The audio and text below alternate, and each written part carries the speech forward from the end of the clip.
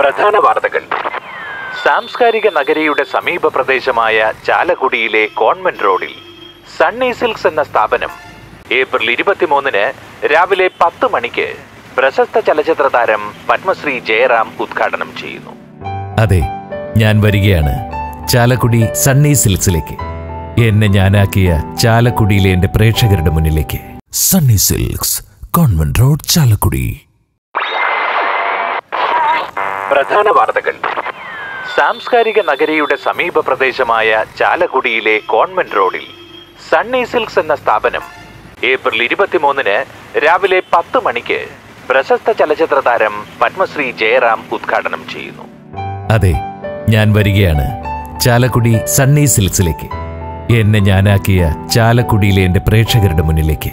Sunny silks, convent road, Chalakudy.